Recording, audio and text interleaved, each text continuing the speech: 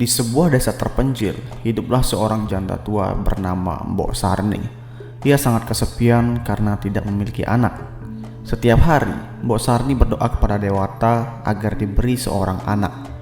Suatu hari ketika sedang bekerja di ladang, tiba-tiba muncul seorang raksasa yang besar dan menakutkan. Sang raksasa mendekati Mbok Sarni dengan suara gemuruh. "Mbok Sarni, aku tahu kau ingin memiliki anak," kata sang raksasa. "Aku bisa memberimu seorang anak, tapi ada syaratnya." Mbok Sarni yang sangat ingin memiliki anak mendengarkan dengan cemas. "Apa syaratnya, raksasa?" tanya Mbok Sarni.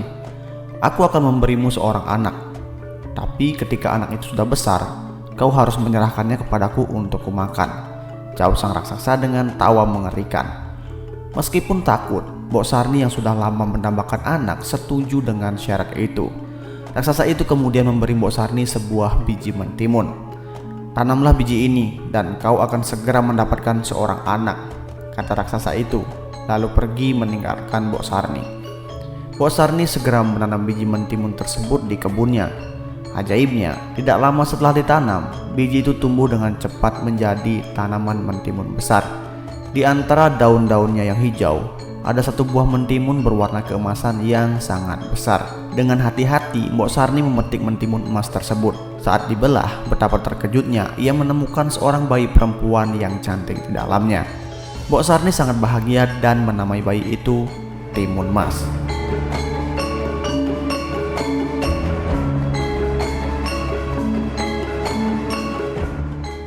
Hari demi hari, Timun Mas tumbuh menjadi gadis yang cantik, cerdas, dan baik hati. Mbok Sarni yang sangat menyayangi Timun Mas seperti anak kandungnya sendiri. Namun, seiring waktu, Mbok Sarni semakin khawatir. Ia ingat janjinya kepada raksasa bahwa ketika Timun Mas sudah besar, ia harus menyerahkannya. Suatu hari, raksasa itu datang kembali. "Mbok Sarni, saatnya kau menepati janjimu. Aku datang untuk mengambil Timun Mas," kata sang raksasa dengan suara menggelegar. Mbok Sarni yang sangat mencintai Timun Mas tidak ingin kehilangan anak kesayangannya. Ia meminta penundaan. "Raksasa, berilah aku sedikit waktu lagi. Biarkan aku bersama anakku untuk beberapa waktu," pintanya.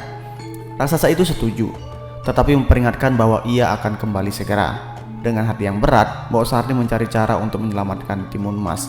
Ia pergi ke seorang petapa bijak di gunung dan memohon bantuan. Sang petapa memberikan 4 kantong kecil kepada Mbok Sarni. "Berikan ini kepada Timun Mas." Ketika raksasa mengejarnya, suruh Timun Mas melemparkan kantong-kantong ini satu persatu.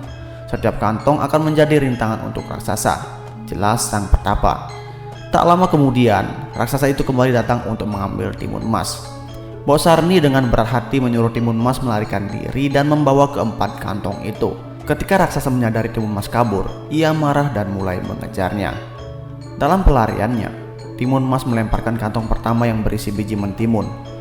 Ajaibnya, biji-biji itu segera tumbuh menjadi ladang mentimun yang sangat lebat.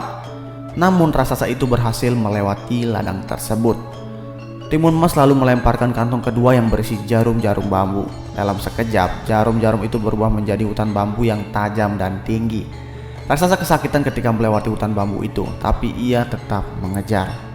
Tak menyerah, Timun Mas membuka kantong ketiga yang berisi garam. Ketika garam tersebut dilempar, tanah di depannya berubah menjadi laut luas. Sang raksasa berusaha berenang melintasi lautan itu, namun tetap berhasil mengejar Timun Mas. Akhirnya, Timun Mas melemparkan kantong terakhir yang berisi terasi. Saat terasi itu dilempar, terbentuklah lautan lumpur yang sangat dalam dan mematikan. Raksasa yang sedang mengejar terperosok dalam lumpur tersebut dan tenggelam, tak bisa keluar. Dengan selamat, Timun Mas kembali ke rumah dan memeluk Mbok Sarni dengan gembira. Mereka berdua hidup bahagia tanpa gangguan dari raksasa lagi. Pesan moral dari cerita ini adalah tentang keberanian, kecerdasan, dan kasih sayang seorang ibu yang berjuang demi anaknya. Oke, mungkin sekian cerita kali ini dari channel Ruang Waktu Bercerita, dan kembali lagi di video-video dan cerita-cerita menarik lainnya. Jangan lupa like, comment, and subscribe. Kita ketemu lagi di video berikutnya. See you.